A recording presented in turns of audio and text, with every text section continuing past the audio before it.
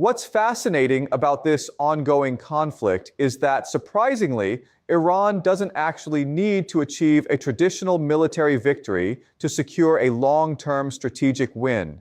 Their real goal isn't about defeating the United States directly on the battlefield, because frankly, that would be completely unrealistic given the enormous disparity in military capabilities.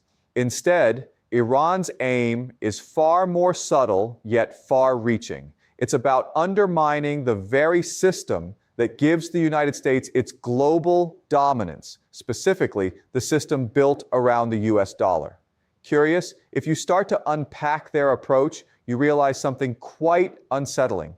The war itself may not be just a battlefield confrontation, but a deliberate tool designed to weaken the foundations of American global power. Surprised. At first glance, this idea seems almost absurd. When most people consider the military balance between Iran and the United States, the difference appears staggering. The United States possesses the most powerful military in human history, with advanced aircraft carriers capable of projecting force across oceans, stealth bombers that can strike with precision, and hundreds of bases strategically located around the world. On paper, Iran seems far weaker, lacking comparable firepower or global reach. But geopolitics is rarely just about who has the biggest tanks or the fastest jets. True geopolitical power often comes from the systems that support military might, and in America's case, that system is the global financial network, particularly the petrodollar system that underpins its influence worldwide. So let's break this down. The first key player is the United States itself. America's primary objective is global stability. The U.S. wants safe, open trade routes, predictable oil markets, and a financial system in which virtually every nation relies on the U.S. dollar. When countries around the world transact in dollars, something extraordinary happens. The United States can print money, and other nations effectively absorb the cost. This provides the U.S. with enormous economic leverage and allows it to fund projects, defend allies, and project power globally without facing the same constraints that other countries encounter. The second key player is Iran. For Iran, survival is the ultimate goal. The country's leaders fully recognize the reality. A direct military confrontation with the United States is a losing proposition. But what they also understand, more importantly, is that they don't need to defeat the U.S. militarily to achieve their objectives.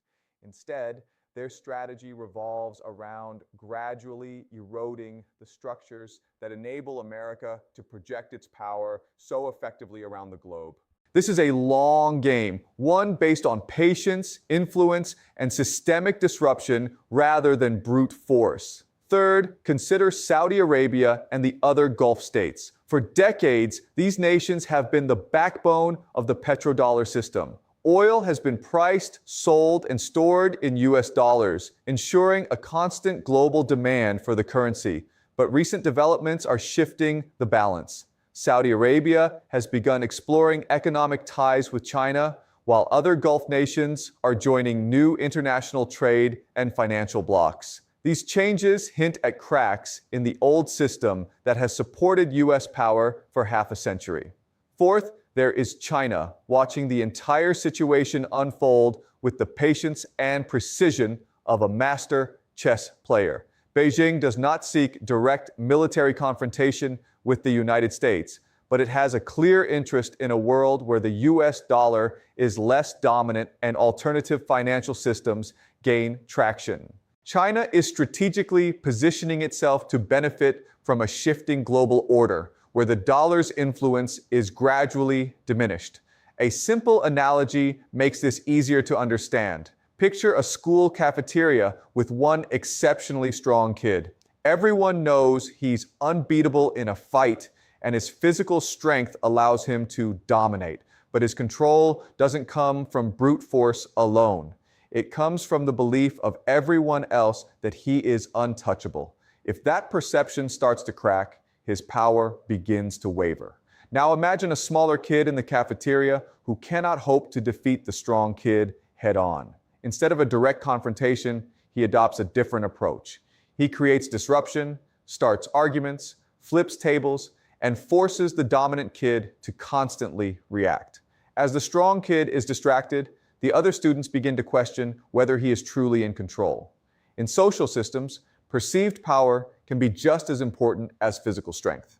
Translate this back into geopolitics, and the picture becomes clear. For decades, the United States has controlled the global economic cafeteria through the petrodollar system, established in the 1970s when oil-producing countries agreed to price and sell oil primarily in US dollars. This arrangement had profound consequences. Since every nation requires oil, pricing it in dollars forced countries to hold massive dollar reserves, purchase U.S. Treasury bonds, and route global trade through American financial institutions. Today, about 80% of global oil trade still relies on the U.S. dollar. This interconnected system allows the United States to run huge deficits, borrow trillions of dollars, and fund military operations anywhere in the world, because other nations constantly need dollars to maintain economic stability. The critical insight here is that weakening American power doesn't start on the battlefield. Direct military attacks on the US would be catastrophic and suicidal. Instead, the real strategy targets the financial architecture that sustains American influence. This is precisely where Iran's approach becomes compelling.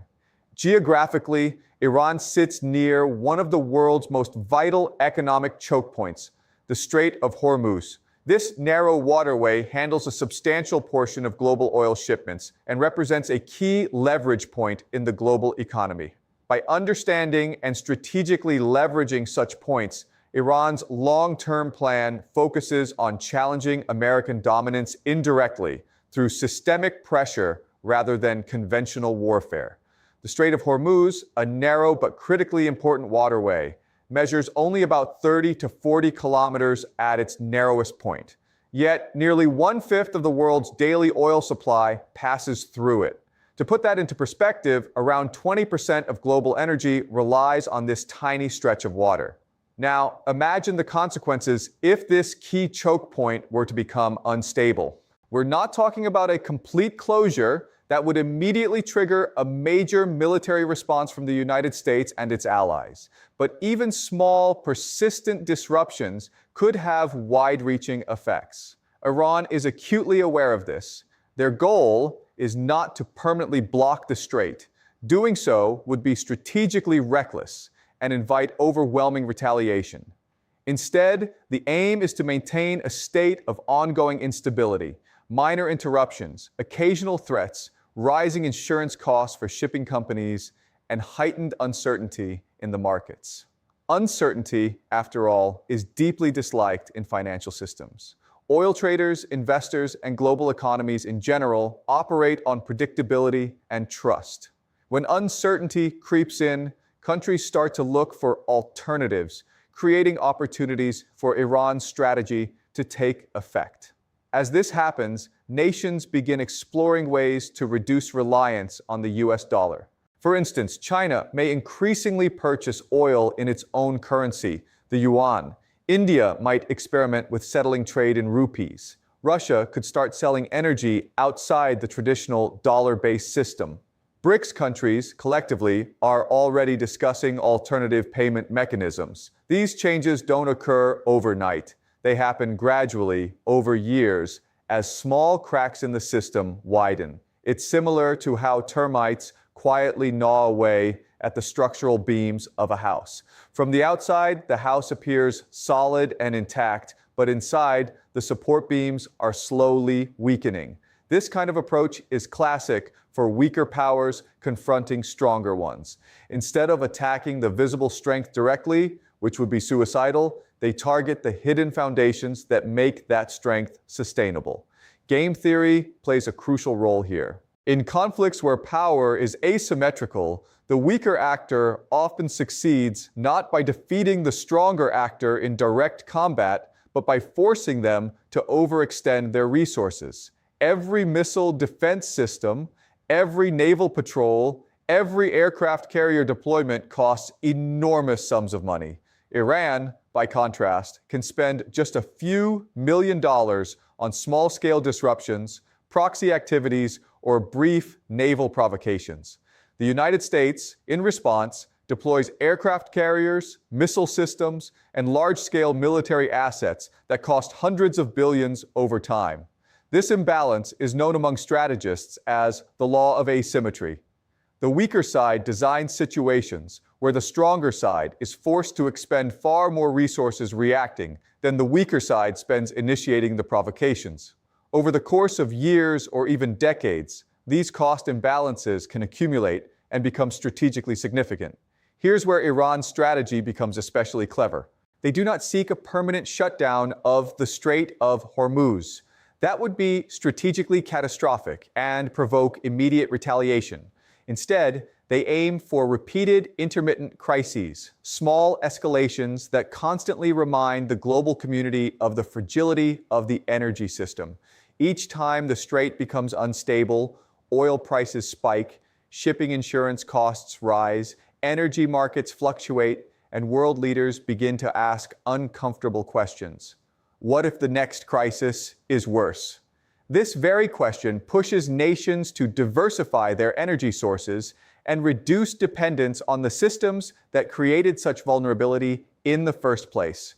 If global oil trade gradually moves away from the US dollar, the implications for America would be profound. The petrodollar system is not merely about energy, it underpins the entire structure of US financial power. It supports treasury markets, global banking networks, the enforcement of sanctions, and the U.S. government's ability to fund massive expenditures, including military operations. Even a modest weakening of this system could ripple across global stock markets, government budgets, and military funding. Iranian strategists understand this very well. Many openly advocate for prolonged economic pressure rather than short, decisive military victories. Their goal is to stretch the conflict over years, creating conditions for structural shifts in the global financial system. What's particularly unsettling is that once the US dollar system starts to show cracks, other countries have strong incentives to accelerate the changes. China wants energy priced in yuan, Russia seeks to escape dollar sanctions, emerging economies look for greater financial independence, and even Europe, facing its own energy challenges, might experiment with new payment methods to secure supply chains. A conflict that begins as a regional tension in the Persian Gulf could gradually evolve into a far-reaching transformation of the global financial order, affecting economies worldwide, far beyond the Middle East. And here's where the strategy gets even more fascinating. In the next segment, we will explore a specific game theory mechanism Iran might employ to trigger a cascading effect within the global financial system. Understanding this mechanism sheds light on why some experts argue the real battlefield of this conflict isn't the Persian Gulf. It's the global currency network itself.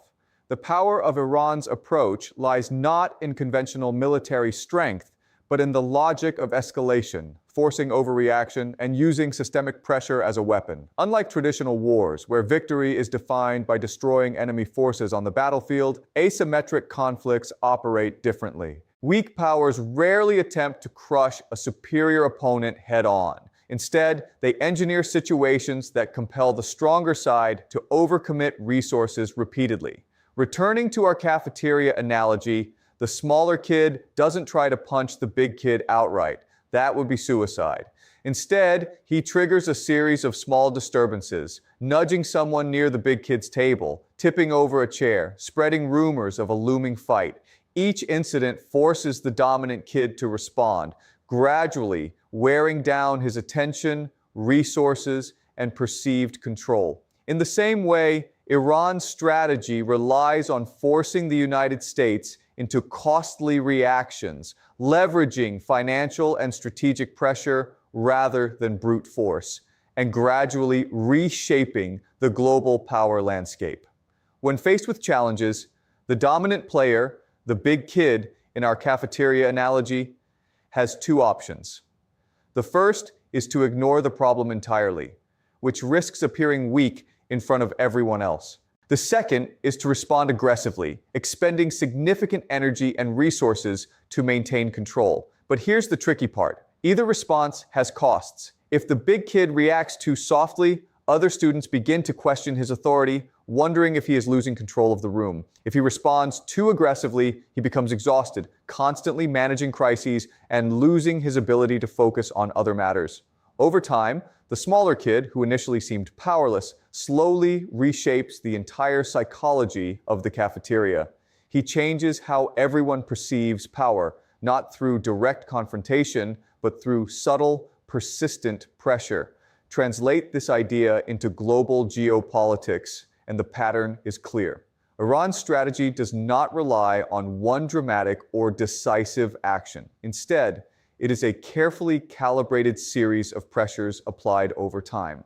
This includes minor naval provocations in the Persian Gulf, limited proxy attacks in regional hotspots, targeted cyber disruptions on energy infrastructure, and occasional missile tests that serve as reminders of potential escalation. Each move is deliberately small enough to avoid provoking a full-scale military confrontation, yet significant enough to unsettle global markets and create uncertainty. Financial markets, by nature, react swiftly to nervousness. When tensions rise, oil prices spike, shipping insurance premiums increase, vessels are rerouted, and energy-importing nations begin urgently searching for alternative supply chains to protect their economies. Now, consider how major powers like China and India perceive this evolving scenario. Both nations are heavily dependent on imported energy, and their economies rely on a consistent and stable flow of oil. Even minor instability in the Strait of Hormuz prompts them to ask critical strategic questions. Should we continue to rely on a system that is dominated and controlled by the United States? This line of thinking naturally encourages experimentation. China begins developing oil trading platforms denominated in its own currency, the yuan, while India negotiates bilateral energy agreements using local currencies to reduce dependence on the dollar. Russia finds ways to sell energy outside the Western-dominated financial system to bypass sanctions. While these moves do not immediately dismantle the dollar's global role, they gradually create a parallel structure, an alternative financial architecture that can function alongside the existing one. Once such alternatives exist, the psychological dominance of the US dollar begins to weaken. It's important to understand that currency power is not determined solely by economics. Trust and habit play an equally critical role. For decades, the dollar has been perceived as the safest and most convenient currency for international trade. People use it because everyone else uses it, reinforcing its dominance. However, when geopolitical instability introduces doubt into the system's reliability, countries start to hedge their bets. They don't abandon the dollar entirely in one sudden move. Instead, they diversify incrementally. Perhaps 10% of trade shifts into another currency, then 15%, and eventually 20%. Over time, what once seemed an unshakable system begins to erode quietly and almost imperceptibly. To put this into perspective with numbers, the US dollar still accounts for roughly 58% of global foreign exchange reserves. This gives the United States tremendous leverage over the international financial system, allowing it to enforce sanctions, impose trade restrictions, and control access to global banking networks. But historically, this share was over 70%, meaning the dollar has already been slowly losing its grip. This gradual decline is exactly the kind of structural shift that Iran and other revisionist powers seek to accelerate. The strategy is long-term, patient, and methodical, designed to slowly alter the global balance without direct military confrontation. What makes this situation particularly dangerous is the feedback loop it creates. As alternative financial systems grow and gain credibility, countries become less fearful of US financial pressure. Sanctions lose effectiveness, the leverage of the dollar diminishes, and geopolitical conflicts become more difficult to control. Over time, the erosion of dollar dominance not only weakens America's financial influence, but also reshapes the entire global order, creating space for new economic powers to assert themselves. In essence, a regional conflict in the Gulf has the potential to catalyze fundamental changes across the world's financial and political systems, far beyond the immediate theater of war.